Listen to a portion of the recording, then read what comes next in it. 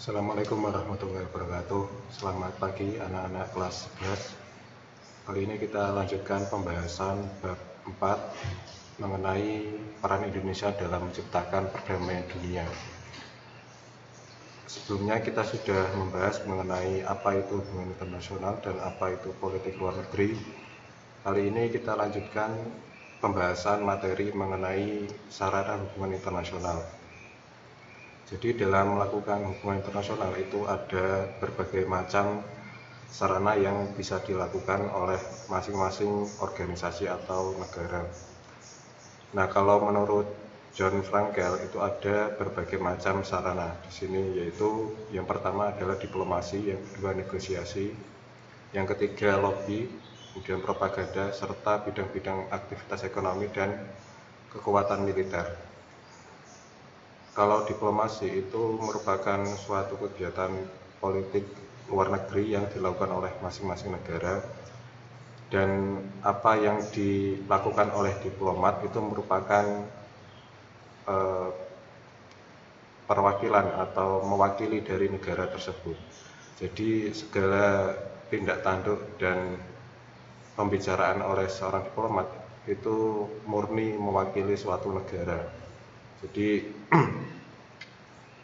tidak boleh seorang diplomat itu tidak tahu, menahu, atau memahami seluk-beluk dari negara yang diwakili.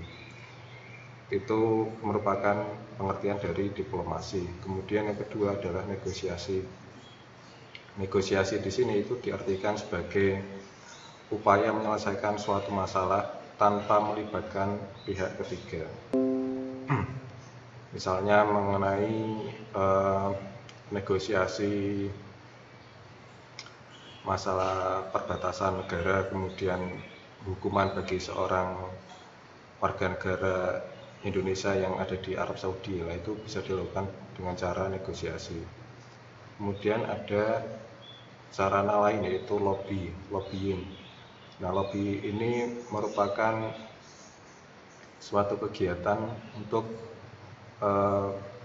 menyampaikan maksud dan tujuan dari negara yang diwakili, supaya negara lain itu memahami maksud dari negara yang diwakilinya. Kemudian ada propaganda.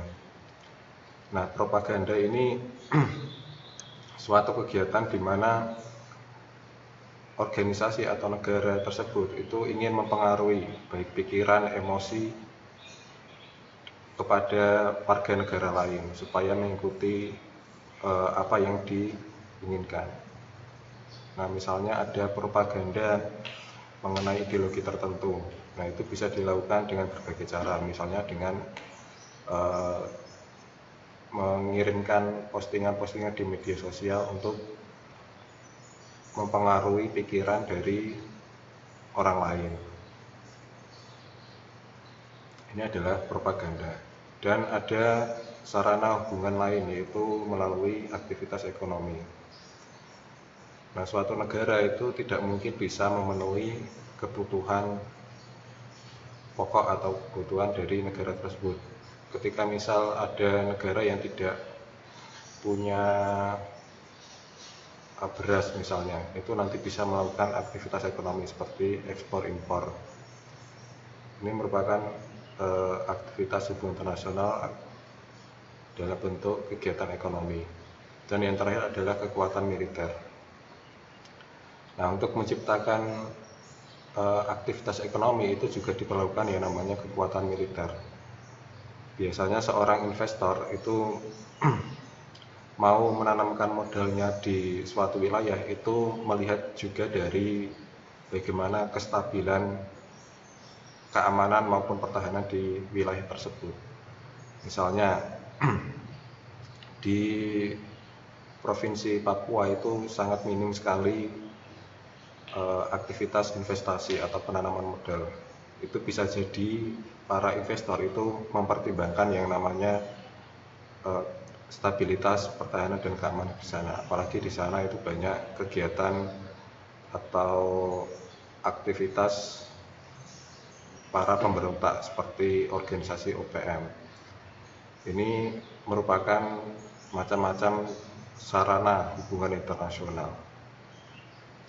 Kemudian kita lanjutkan pembahasan peran Indonesia dalam menciptakan perdamaian dunia melalui organisasi internasional. Yang kita bahas di sini adalah organisasi internasional. Organisasi internasional itu merupakan sebuah wadah. Organisasi itu merupakan sebuah wadah di mana di dalam wadah tersebut ada yang namanya kerjasama dari beberapa negara untuk mencapai suatu tujuan yang disepakati. Nah, masing-masing organisasi internasional itu punya ciri khas dan punya tujuan. Apakah tujuannya itu untuk tujuan ekonomi, tujuan kesehatan, ataupun tujuan militer. Nah, itu biasanya sudah disepakati dalam sebuah forum. Ini namanya organisasi internasional. Nah, macam-macam organisasi internasional itu apa saja? Yang pertama yang sering kita dengar yaitu organisasi PBB, Perserikatan Bangsa-Bangsa. Nah, organisasi PBB ini markasnya ada di Amerika Serikat. Di PBB ini sudah diisi 2/3 dari seluruh negara di dunia ini. Nah, salah satu wujud peran Indonesia di PBB ini adalah dengan mengirimkan sebuah pasukan militer, namanya adalah pasukan Garuda, ketika ada konflik di berbagai negara. Misalnya dulu ketika ada perang Arab Saudi dengan Israel, kita mengirimkan yang namanya pasukan Garuda. Kemudian tahun 2010 kita juga pernah mengirim pasukan Garuda, pasukan militer untuk menyelesaikan konflik atau perang di Lebanon. Kalau di PBB ini ya, di bawah naungan PBB ada berbagai macam organisasi. Organisasi tersebut misalnya di sini ada WTO, World Trade Organization. Ini yang fokusnya adalah di bidang perdagangan. Kemudian ada UNICEF. UNICEF ini fokusnya ke kesejahteraan anak-anak. Kemudian ada UNESCO. UNESCO itu fokusnya di bidang budaya maupun pendidikan. Ada WHO yang fokusnya ke bidang kesehatan, dan ada IMF yang difokuskan untuk mengenai keuangan. Nah, salah satu contoh organisasi di bawah PBB itu adalah UNICEF. Ini ada gambar di mana seorang pesepak bola yang sangat terkenal yaitu David Beckham pernah mengunjungi di kota Semarang. Ini bertemu dengan salah seorang siswa namanya adalah Seripun. David Beckham datang ke Semarang tujuannya yaitu untuk mengkampanyekan bagaimana anak-anak itu bisa hidup dengan aman, nyaman, tanpa ada yang namanya perundungan atau bullying. Nah, ini contoh gambar bagaimana seorang David Beckham bisa akrab dengan Seripun dan juga dengan wali kota Semarang serta bapak ibu guru di salah satu sekolah di kota Semarang. Bahkan HP-nya David Beckham ini juga dibajak oleh Seripun, terutama akun Instagramnya. Ini adalah salah satu contoh organisasi internasional yaitu Perserikatan Bangsa-Bangsa atau PBB. Kemudian yang kedua adalah ASEAN. Kita juga sering mendengar kata ASEAN ini. ASEAN itu merupakan organisasi yang didirikan pada tahun 66, di mana pada awal mula berdiri itu hanya diikuti oleh 5 negara. Salah satunya adalah Indonesia. Nah, bisa dilihat di sini merupakan pertemuan KTT ASEAN yang rutin dilaksanakan di kegiatan ASEAN.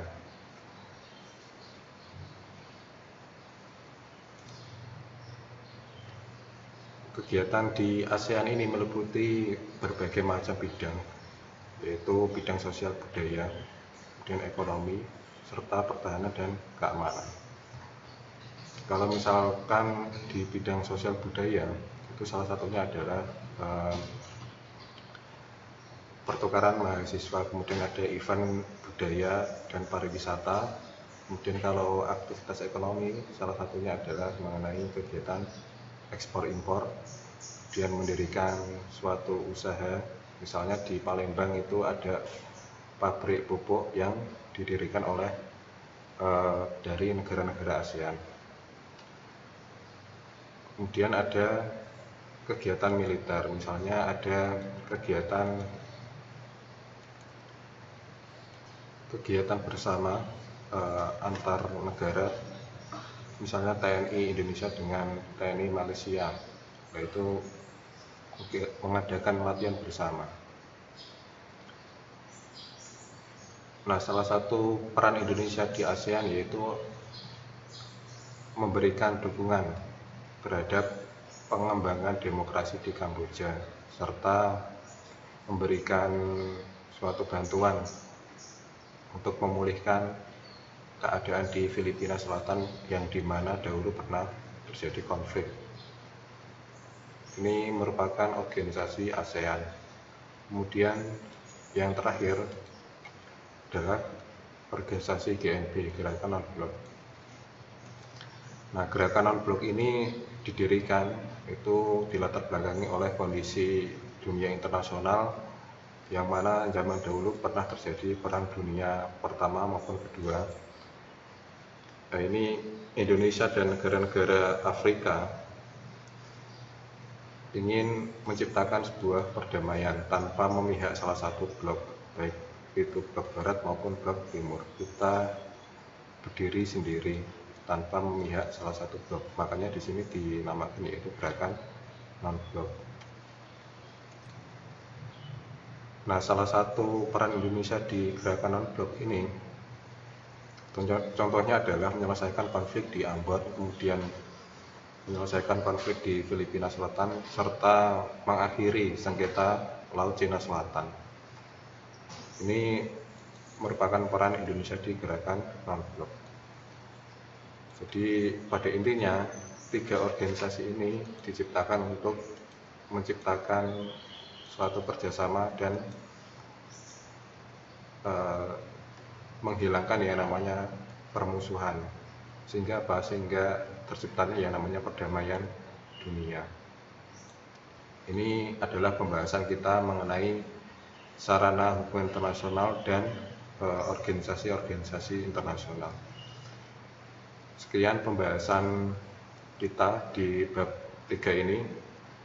Nanti akan kita bahas di video selanjutnya mengenai perjanjian internasional.